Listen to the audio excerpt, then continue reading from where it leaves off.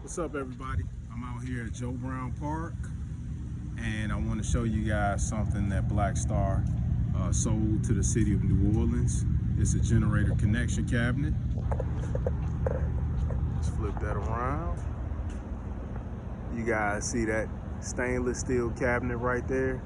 That is the ASCO generator connection cabinet, and that was powered up by these Greco generators. They're portable generators, and what this allowed the Joe Brown Recreational Center to do was to maintain power and become a shelter during Hurricane Ida.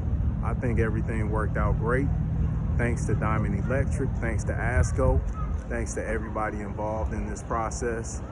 We did a wonderful thing, and we took care of power for the city temporarily. Now these guys are packing up and they're about to head out. So once again, we really appreciate it.